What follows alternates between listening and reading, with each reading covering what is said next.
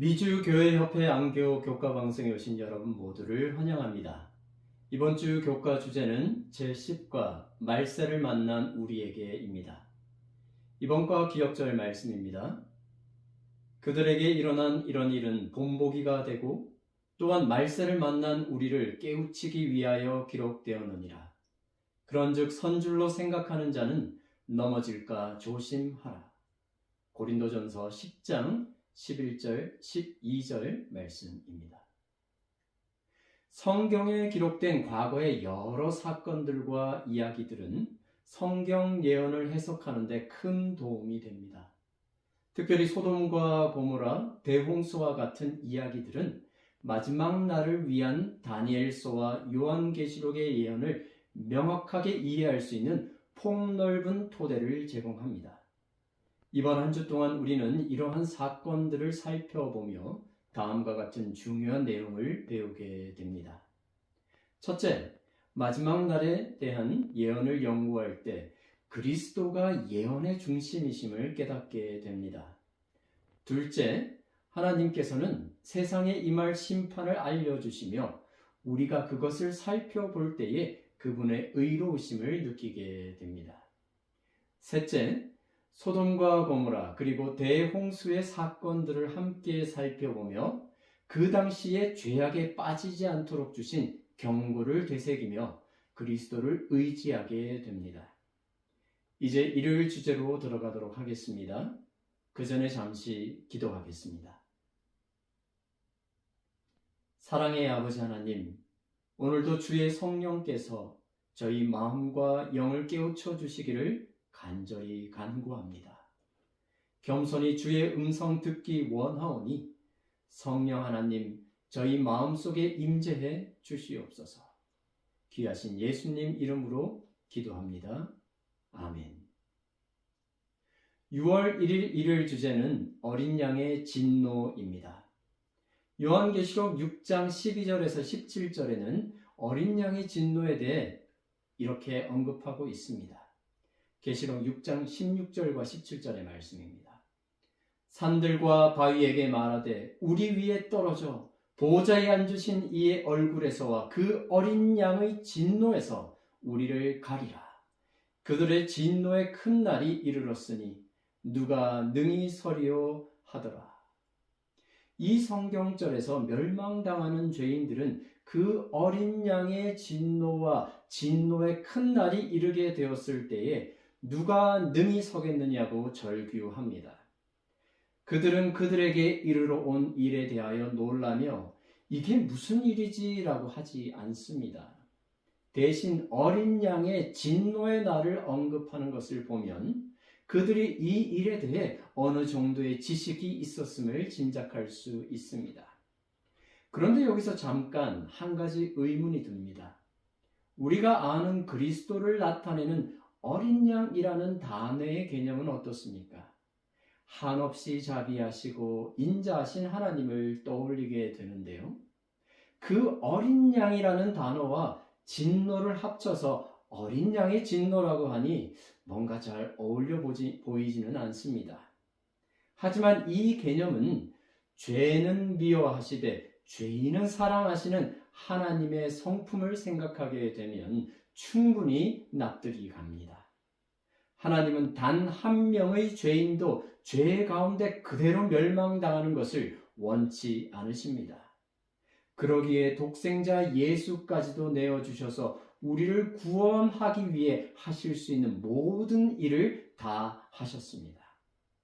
하지만 하나님께서는 그분의 자비를 받아들이고 싶어하지 않는 사람들에게 그분의 사랑을 억지로 주시지는 않습니다. 왜냐하면 사랑은 절대 강요할 수 없기 때문이죠.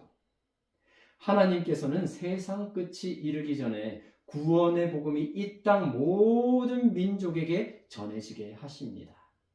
그러기에 잃어버린 되고 멸망당하게 되는 죄인들은 구원의 소식이 부족해서가 아니라 믿고 순종하기를 거부하기 때문에 불행한 결말을 맞게 되는 것입니다. 우리는 이런 사실을 마태복음 24장에 기록된 예수님께서 말씀하신 노아의 이야기를 통해 다시 한번 확인하게 됩니다. 마태복음 24장 37에서 39절의 말씀입니다. 노아의 때와 같이 인자의 임함도 그러하리라.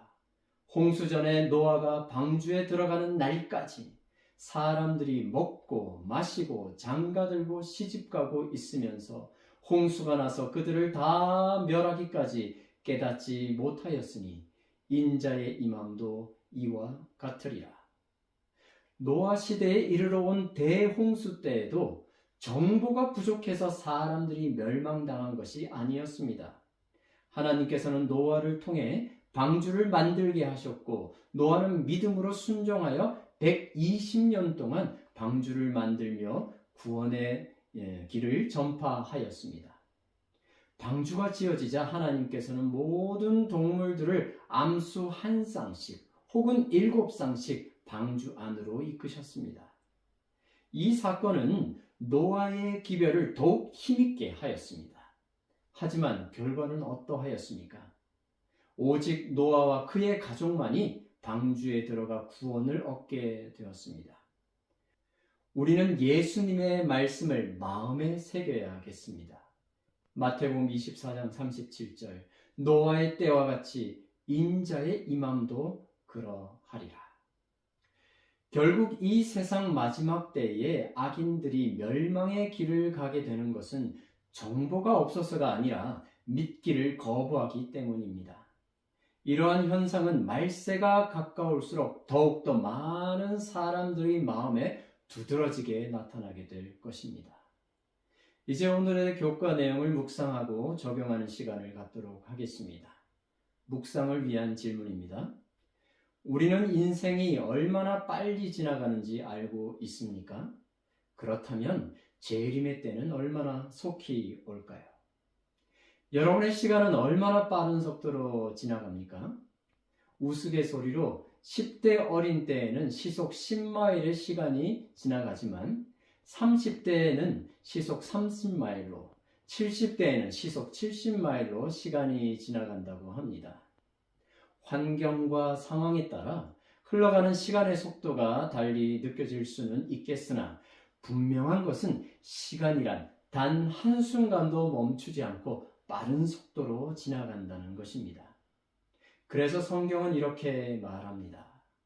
우리의 연수가 70이요 강건하면 80이라도 그 연수의 자랑은 수고와 슬픔뿐이니 신속히 가니 우리가 날아가나이다.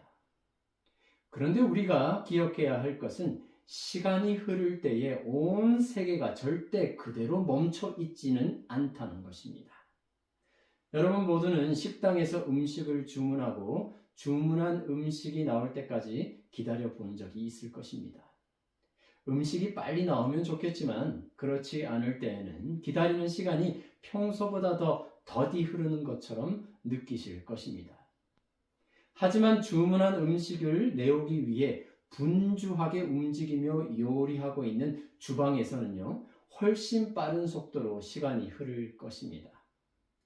주님의 재림을 기다리는 여러분의 시간의 속도는 어떠합니까?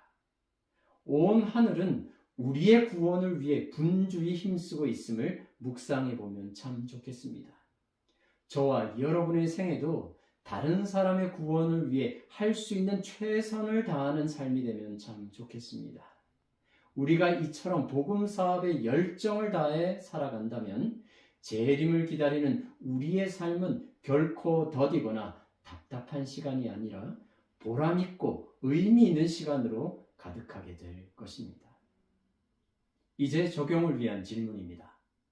개인의 경험에서 보면 재림은 개인의 죽음 직후이며 죽음 이후로는 시간이 지나지 않습니다. 이 관점은 재림의 지연에 대처하는 데 어떻게 도움이 됩니까?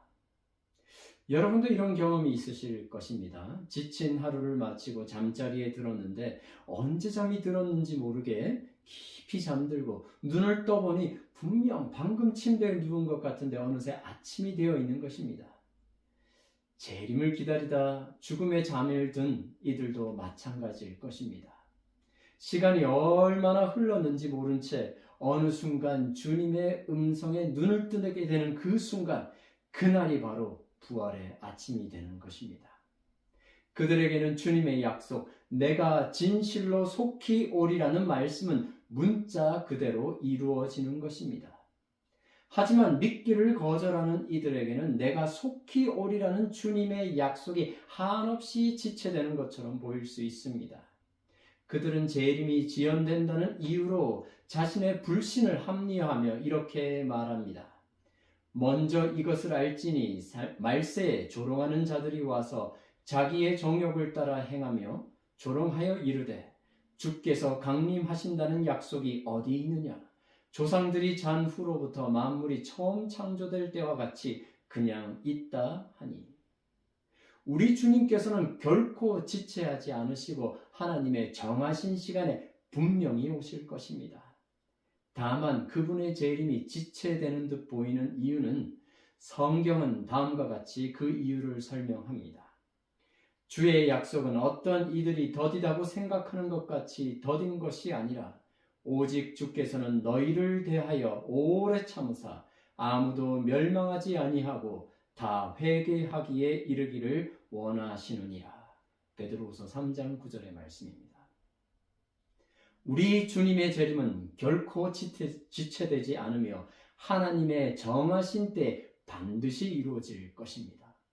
겉으로는 더디게 보일지라도 이는 우리가 준비되기를 기다리시는 하나님의 인내이며 죄인에 대한 그분의 사랑인 것입니다.